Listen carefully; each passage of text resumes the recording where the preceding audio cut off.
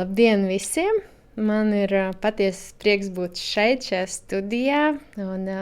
Mēneša impulsa ietvaros top šī podkāsta epizode. 30 minūtēs es runāšu par to, kā no grāmatveža kļūt par īstu uzņēmumu vadītāju. Šodienas runāšana nebūs ne par nodokļiem, ne par kaut kādiem standartiem, bet tieši, ko es novēroju ikdienā un kam es esmu pati gājusi cauri, kas dažkārt mūsu Latvijas grāmatvedības pakalpojumu uzņēmumu vadītājiem trūkst tāda maza lietiņa, kā paskatīties uz savu biznesu no malas un novērtēt, vai mums pieder bizness, vai mēs paši esam bizness. Jo mēs varbūt esam radījuši sev darba vietu, bet nesajūtam, ka patiešām grāmatvedības ārpakalpojumu uzņēmums tā ir biznesa sastāvdaļa. Nedaudz par mani. Ikdienā es esmu Kima Akademija viena no līdzdibinātājām, un mēs tieši palīdzam grāmatvedības ārpakalpojumu sniedzējiem veidot tādu mērogojumu biznesu. Un kā arī man liels prieks būt arī lektorē Banka augstskolā, un esmu Latvijas Republikas Grāmatvežu asociācijas valdes locekle.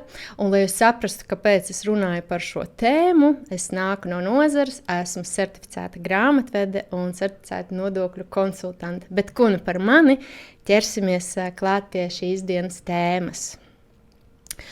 Un tad, kad es konsultēju savus grāmatvedības ārpakalpojumu biroja īpašniekus, tad bieži vien nākas uzdot jautājumu, kas tu esi, kā tu sevi identificē ar ko? Un bieži vien tā atbilde ir tāda, ka esmu grāmatvedis, esmu speciālists, un es to visu ļoti labi saprotu. Es arī tur esmu bijusi, kad tu esi ļoti labs speciālists, un tad ir tā sajūta, tad ir pienācis laiks veidot šo savu uzņēmumu, ir kaut kāda iekšējā šī vēlme, tāda nepieciešamība, bet dažkārt tas speciālists ir tik dziļi iesakņojies, ka aizmirst bieži vien, kāpēc vispār ir biznesa radies. Un kā es saku, ja tu nevadi biznesu, tu pats esi biznesa. Un tā ideja nav tāda ilgtspējīga. Un arī vadot bakalaura darbus, esot šo darbu vadītājai, esam veikuši arī daudz tādas aptaujas un izrādes, ka 9 no 10 speciālistiem visbiežākā atbilde ir, jā, es esmu grāmatvedis. Un es šodien aicinu paskatīties un uzdot sev tādu godīgu jautājumu, kas es esmu. Es esmu uzņēmuma vadītājs, īpašnieks, kas domā par stratēģiju, vai es esmu ļoti labs speciālists. Un ticiet man, nākot no šīs nozares un esot gan partnerē lielajā pieciniekā, gan esot nodaļas vadītāja lielajā četrniekā, es redzu to, ka bieži vien tas vadītājs, īpašnieks zina, ko nozīmē negulētas naktis ar pārskatiem, kā es saku, kā smaržo gada pārskats 3 naktī, un zina arī, ko nozīmē, kad tiek kavēti dokumenti, gaidam atbildes, ko nozīmē ugunsgrēku dzēšana. Un, tas jautājums ir, cik ļoti mēs esam šajā operatīvajā darbībā. Un kāpēc daudzi uzņēmuma vadītāji iestrēgs tajā posmā, kad viņi tik ļoti nodarbināti ar ikdienas klienta darbiem, ka nespēja dažkārt paskatīties no malas uz to savu biznesu. Un tas pirmais, ko es jau minēju, tas ir šis identitātes slāsts, joprojām grāmatvedis paliek kā grāmatvedis sirdī un nespēja paskatīties no malas un saprast, kad ir vajadzīgs tādi vilkmi iekšējā, saprast, ka esmu uzņēmuma vadītājs un man ir jādomā jau par cita līmeņa problēmu risināšanu vai attīstības jautājumiem. Un arī vienmēr ir tas, un tā ir, protams, klasika, ka steidzamais uzvar to svarīgo. Ir kaut kādi termiņi, kas tiek kavēti, varbūt kaut kur kaut kāda informācija nav bijis, kaut kāds ugunsgrēks, kas ir pēkšņi jādzēš, un tā sajūta ir, rītdien, gan jau rītdien es padomāšu par stratēģiju, par cenu politiku, par nākotni, par ko vēl nē, Un tam neatliek laika, jo tā rītdiena nekad nepienāk. Tas ir visu laiku tāds vēvers ritens. Un kā es savulaik teicu, esot šajā grāmatvedības ārpakalpojumu biznesā, tā sajūta ir tāda, ka tev nekad nav pabeigta darba sajūta. Tu visu laiku esi tiešām tajā ritenī un nespēja palūkoties lietām no malas, un ir jaunais gada pārskats, atkal jauna deklarācija, un visu laiku nebeidzamais ritms, un ja tu esi operatīvā darbā, tiešām tur neatliek laika, lai par to padomātu. Un arī vēl viena lieta, ka dažkārt veicot šādu uzskaitu, piemēram, klientu, mēs ļoti koncentrējamies uz to, ka mēs uzskaitām tiešo klientu laiku, bet aizmirstam to laiku uzskaitīt, kas ir tas nemanāmais, kur ir kaut kāda kļūdu labošana, kur ir dokumentu gaidīšana, kur ir vēl kaut kādas lietas, kas paliek aiz kadra. Un ko vēl es novēroju, un kāpēc daudz iestrēgst, ir cenu modelis. Un tad, kad es veicu aptaujas ar grāmatvedības ārpakalpojumu sniedzējiem, vai tie ir kursi, ko es vadu, vai arī ar bakalaura darbu vadīšanu, vai esot grāmatvežu asociācijā aptaujājot arī pakalpojumu sniedzējus, tad man ļoti daudz atbild, ka vēl joprojām cenu modelis ir stundu uzskaite. Nu kā, piemēram, Eiropas uzņēmumi vai pasaules uzņēmumi jau pamazām ir atgājuši nost, jo ikdienas automatizācija, grāmatvedības programmas, dažādi uzlabojumi, mākslīgais intelekts tagad ir ienācis mūsu dzīvē, mēs varam padarīt to savu darbu daudz efektīvāk. Un ko tas nozīmē? Mums ir mazāk stundas, kuras mēs varam pārdot, un līdz ar to mēs zaudējam ļoti lielu šo te arī peļņas daļu vai ienākumu daļu. Kā sodam paši sev par to, ka esam izvēlējušies šādu cenu modeli, bet par to es arī pastāstīšu vēl vairāk. Un ir tāds grāmatas autors Maikls Bergers, un man ļoti patīk viņa tā teorija. Viņam ir grāmata, kāpēc dažkārt mazais bizness nestrādā un ko ar to darīt. Un viņam ir tā teorija, ka uzņēmuma īpašniekam ir 3 cepures. Ko viņš ikdienā valkā. Un tā pirmā cepura ir tas speciālists, kā Bergers ir nosaucis, tehniķis vairāk. Tas ir tas laiks, ja mēs šo atspoguļojam uz grāmatvedības biznesu, tas ir tas laiks, kad mēs strādājam tieši ar klienta datiem. Mēs vadām tos datus arī kā īpašnieki, mēs apstrādājam, mēs gatavojam deklarācijas, mēs gatavojam pārskatus, mēs sazināmies ar klientiem, apkalpojam šos klientus, un tie ir 80%. Tad tikai 15% paliek tam vadītāja darbam, kas ir kaut kāds, kur mēs vedam komandu, kur mēs kontrolējam kvalitāti, kur mēs rūpējamies, tā tīri jau procesa kaut kāda sakārtošana ziņā. Un tad tikai 5% no tā visa tas ir tas mazais procents, kas tiek veltīts tam uzņēmējiem, tiem uzņēmēju pienākumiem. Piemēram, domāt par stratēģiju, kur es būšu pēc 3 gadiem, kur es būšu pēc 5 gadiem, kur es vispār nākotnē būšu un kas man ir svarīgi, kas ir mans ideālais klients, jo ne visi mūsu klienti, kas mūs uzrunā, ir mūsu klienti. Mums jāsaprot, kas ir tas, kas ar mani visvairāk rezonē, ar kuru es gribētu būt kopā nākošos gadus. Ne tikai tas klients, kas ir izvēlējies mani. Tās ir arī cenu politikas kaut kādas izmaiņas. Padomāt, kurš cenu modelis ir labākais. Paskatīties, ko dara veiksmīgie uzņēmēji. Kaut ko salīdzināt, domāt par nākotni, veidot budžetu galu beigās, analizēt budžetu, analizēt klienta laiku, saprast, kas tad ir tas nākošais solis, ko es spēršu. Un iedomājieties, tie ir tikai 5% no visa laika, ko parasti var izmērīt un parasti, kas tiek atvēlēti tieši šim procesam. Un tad tas mērķis, kam vajadzētu būt, uz ko vajadzētu tiekties un ko es arī mudinātu jūs, ka tam uzņēmēju laikam jābūt vismaz 40%. Un arī šodien es parādīšu, būs slaids par to, kā 12 mēnešu laikā, kā es jums piedāvāju šo te ceļu iziet un mainīt pa mazām lietiņām, pa vienam solim un nokļūt tur, lai jūs kļūtu par uzņēmējiem, ne tikai par grāmatvežiem. Protams, es nerunāju šobrīd par visiem kopā, jo daudz ir brīnišķīgi, kas to ir izdarījuši. Un man bija jāvada mācības Kurzemē pirms mēneša, un es satikos ar lieliskiem speciālistiem, grāmatvedības uzņēmuma vadītājiem.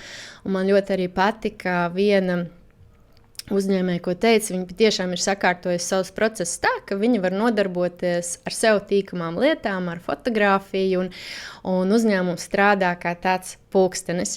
Jo iedomājieties arī, uzdodiet sev tādu jautājumu, kas, piemēram, notiktu tad, ja jūs 3 mēnešus nebūtu savā biznesā?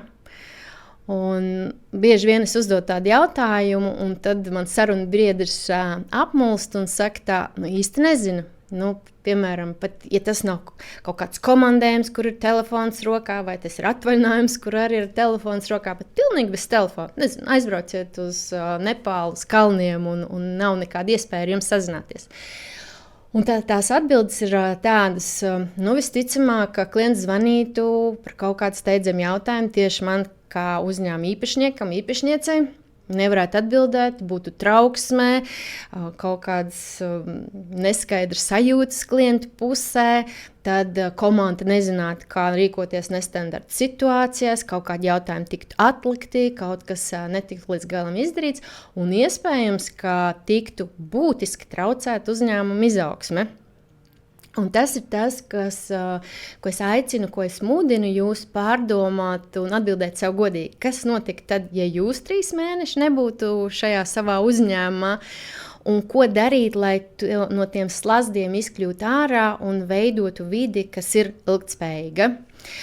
Un tas, ko arī nākošais slaids ir par cenu šo te modeli, ko es jau pieminēju, ka ļoti daudz Latvijas grāmatvedības pakalpojumu uzņēmumu vēl joprojām strādā pēc cenu modeļa vai pēc transakciju modeļa, bet pasaule ir parādījusi un pierādījusi, ka vislabākais veids ir vērtībā balstītā cena. Un šeit ir arī tāds vizuāls mans grafiks, kur es parādu, ko uzņēmums biežāk dara. Viņi uzskaita tiešo laiku, kas ir stundas, kas ir pavadīts tieši pie klienta darba. Tas tā kā ir skaidrs, tas tiek piefiksēts, kas piefiksē, kas nē, kam ir kaut kādas speciāls platformas vai rīki, ko izmanto, lai uzskaitītu šo te laiku. Bet ir arī aizberga neredzamā daļa, kas ir netiešais laiks, kur ir ēpasti šurpu turpu, kur ir kaut kāda dokumentu gaidīšana, nepārtraukta atgādināšana, iesniedziet savus dokumentus. Tur ir arī kaut kādi labojumi. Un tad vēl tā dziļākā aizberga daļa, tās ir tās riska izmaksas, kur jau notiek, varbūt ir kaut kādi termiņu kavējumi, varbūt, kad izrādās ir bijusi kaut kāda kļūda aprēķinos, un tagad ir jālabo, un tā taču ir mūsu reputācija, tas ir mūsu reputācijas risks, un mēs taču gribam būt labi, un šo laiku īsti neuzskaita, bet bez maksas labo šīs te atskaites. Tā kā ir daudz faktori, kas būtu jāņem vērā un kas ir jāuzskaita. Un es aicinu paskatīties uz šo cenu modelēšanu, tā kā apgriežot otrādi. Kas tad ir tā vērtībā balstītā cena?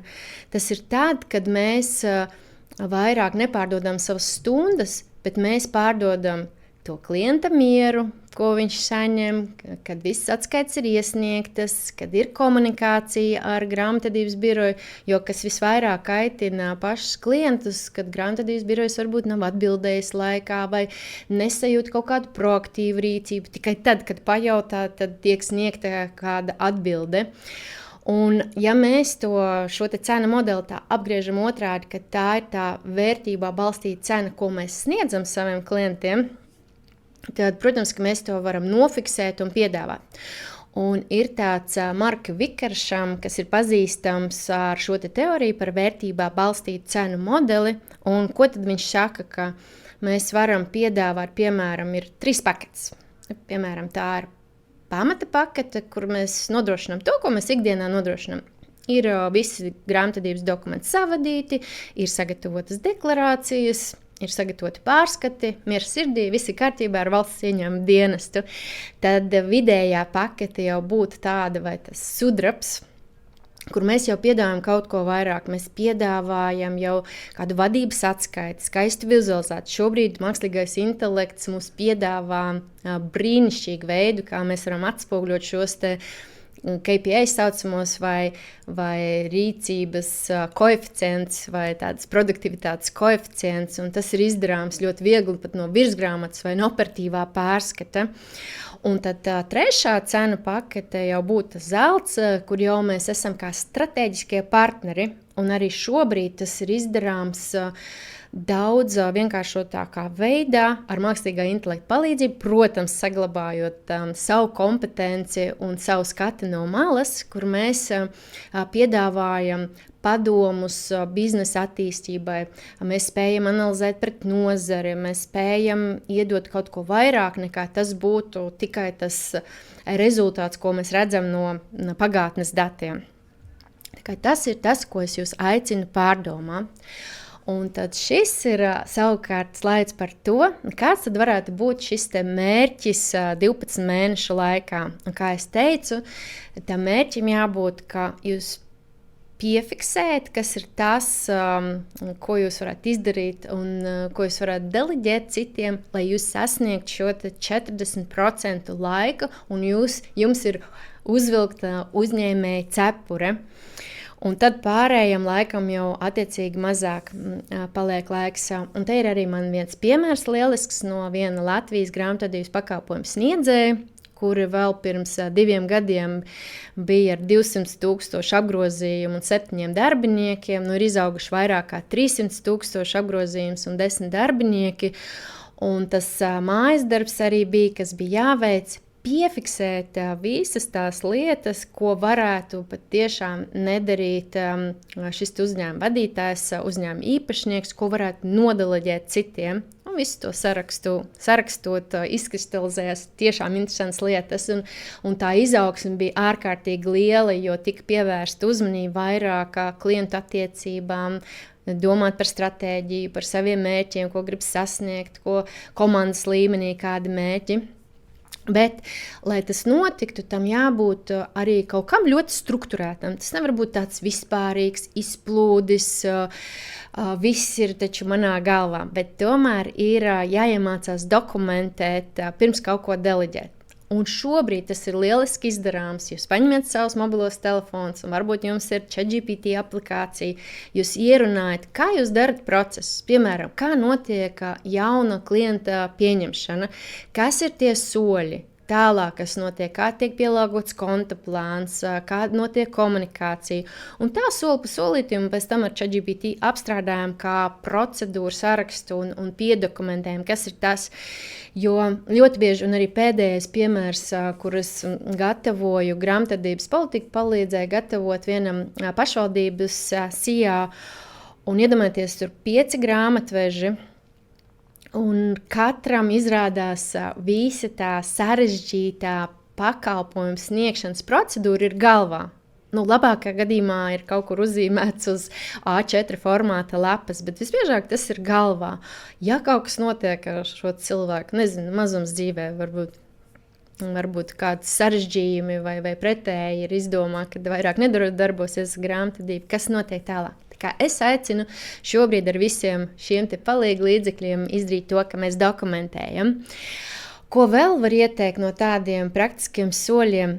Paskatīties, kas ir jūsu komandā. Tas, protams, ja jūs esat viens komandā, jūs tikai uz sevi varat paļauties, bet ja jūs esat vairāki, paskatīties, kuram ir tas potenciāls un izaudzināt tādu kā otro sevi, kurš var uzņemties attiecības ar klientiem, kurš var pārņemt šo komunikāciju, kurš var pārņemt tos darbus, ko jūs līdz tam veicāt un saprotiet, ka jūs, kā uzņēmuma vadītājs, varat arī to neveikt.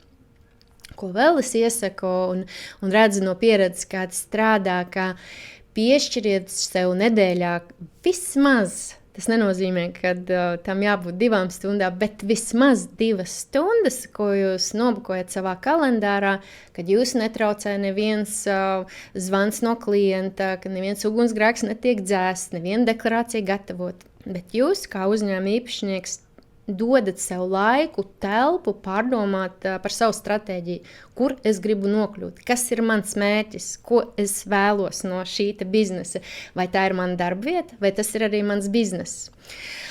Un tas jums dos arī tādu atspērienu punktu, lai pārietu tajā nākošajā fāzē, kur mēs runājam, kad uzvelkot uzņēmēju cepuri, tie ir 40% laika, ko es pavadu domājot par nākotni. Un mainīt arī šo cenu modeli. Neaicinu uzreiz vienā dienā visiem to nomainīt. Jūsu klienti to var nesaprast, bet ja jums nāk jaunais klients, jūs jau piedāvājat šo, jūs iemācāties jau pārdot šo fiksēto maksu. Kā es teicu, un te var būt arī tādi 3 līmeņi. Iemācīties to iedot tam klientam un likt sajust viņam to vērtību, ko jūs sniedzat, to mieru, ko jūs garantēsiet un nodrošināsiet. Tas ir tāds vērtīgākais par to. Un tad vēl viens, protams, bez kā es nevaru, esmu tāds mākslīgā intelekta entuziasts un tieši finanšu nozarē, tieši grāmatvedība, finanšu analīze. Un mums ir jāatcerās, ka mums ir dots tik daudz šobrīd. Mēs dzīvojam ārkārtīgi interesantā laikā, kad mēs varam ar mākslīgā intelekta palīdzību vienkārši nokļūt citā līmenī. Tad uztaisīt kvantu lēcienu, ka mēs no uzskaitvežiem kļūstam kaut kas vairāk nekā pirms tam tika uzskatīts un stereotipiski domāts par tādu grāmatvedi, kurš ikdienā nodrošina atskaišu sagatavošanu. Un šobrīd mēs patiešām varam padomāt par to, kā mēs palīdzam savam klientam ar kaut kādām nozares ziņām, esam ātri. Uzņēmējiem nevienmēr ir laiks par to domāt, nevienmēr viņš ir fokusēts uz to, bet tas ir tāds svarīgs solis līmenis nākošais. Un, kā es teicu, to pirmo soli saprast, ko mēs varam izdarīt. Es iedošu tādus 3 konkrētus gadījumus, ka, piemēram, tā ir procesa dokumentēšana. Brīnišķīgs veids, kā es minēju, ierakstam telefonā, pēc tam pārtaisam ar, vai tas ir Claude, vai Gemini, vai ChatGPT, ko jūs esat ieraduši lietot no lielo valodu modeļiem, un pārtaisam to par tādu procedūru aprakstu. Jebkas, kas tas būtu, varbūt, kā es minēju, arī jauna klienta pieņemšana, vai kā mēs vispār apkalpojam klientus, kā mēs veicam saziņu ar klientiem, kāds ir mūsu komunikācijas veids. Tāpat mēs varam nodefinēt, kas tad ir tas mūsu ideālais klients, un ir tik daudz brīnišķīgu veidu, kā mēs to varam izdarīt. Tad otrā lieta, ko noteikti, un tas varētu būt arī tāds jūsu mājasdarbs un jūsu iedrošinājums, ka arī tur, kur es konsultēju grāmatvedības pakalpojumu sniedzējus, viņi ir uzskaitījuši laiku pie klientiem, nerunājot par to, kas ir tas slēptais laiks, kāds to uzskaita, kāds to nav uzskaitījis. Bet maz ir tie, kas nevis skatās kopumā šo savu bilanci, bet paņemt, uztaisīt šo aprēķinu tādu, kad jums ir zināmi ieņēmumi no klienta, jums ir zināms patērētais laiks pie klienta, un jums ir viegli tad aprēķināt, cik tad izmaksās šis klients un vai tas nestrādā ar mīnusiem. Jo tā pasaules formula arī tāda, ja mēs skatāmies visu kopainu, ko es nepieminēju, protams, kad jūs pieliekat arī klāt vēl tiešās izmaksas, un tad jūs vēl dabūsiet to gala rezultātu. Tad pasaules formula, ko bieži vien rēķina un ko mēs dzirdēsim no dažādiem avotiem, ir, ka darba alga no apgrozījuma nedrīkst pārsniegt 60%. Ideālā gadījumā tie, protams, ir 40–50%, bet pasaules praksa rāda, ka jau tie ir jau līdz 60%. Tad, ja jums ir apgrozījums 100 000, tad 60 000 ir summa, kas tiek atvēlēta darba samaksai ar visiem nodokļiem. Un tad peļņas procentam ir jābūt 20%.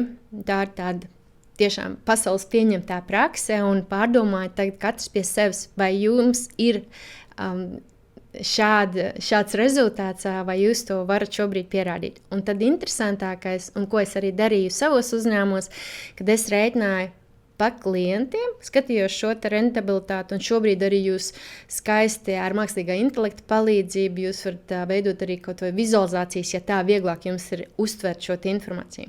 Jā, tad jūs skatieties, vai klients ir pelnošs vai ne, un dažkārt izrādās, ka tie senie klienti, tur ir bijis māsīce no 1998. gada, kas ir ar mums birojā, vai tur ir kāds klients, kas jau ar mums ir 20 gadus, un viss ir tik labi. Un beigās izrādās, ka sen jau jūs strādājat vairāk, jūs subsidējat šo te klientu un sev atraujat to peļņas daļu, kas varētu būt, ja jūs būtu palielinājuši cenas. Kā mākslīgais intelekts šobrīd ir brīnišķīgs rīks, lai to nodrošinātu. Un kas vēl šobrīd ir ļoti labi veicams darbiņš ar mākslīgā intelekta palīdzību, un vislabākais epizode mums ir aprīlī. Viss var mainīties, maijā jau var būt pilnīgi citas lietas, bet šobrīd mans favorīts ir Claude, Anthropic Claude, kas ne tikai šos te datus analizē un bez kļūdām to izdara un veido Excel tabulas, bet arī veids skaistas vizualizācijas un iestrādātie šie, viņi sauc par skilliem, veido arī tādu skaistu pārskatāmu dokumentu, ko viegli uztvert ir. Nu, un tad šis te trešais solis ir, kā es saucu, 5. acis, lai nodrošinātu kontroli. Jo nevienmēr var būt nelielā uzņēmumā, kad jums ir savs cilvēks, kas pārbauda, kas nodrošina 4 acu kontroli. Ir sagatavo atskaits, bet kāds, kas vēl pārbauda.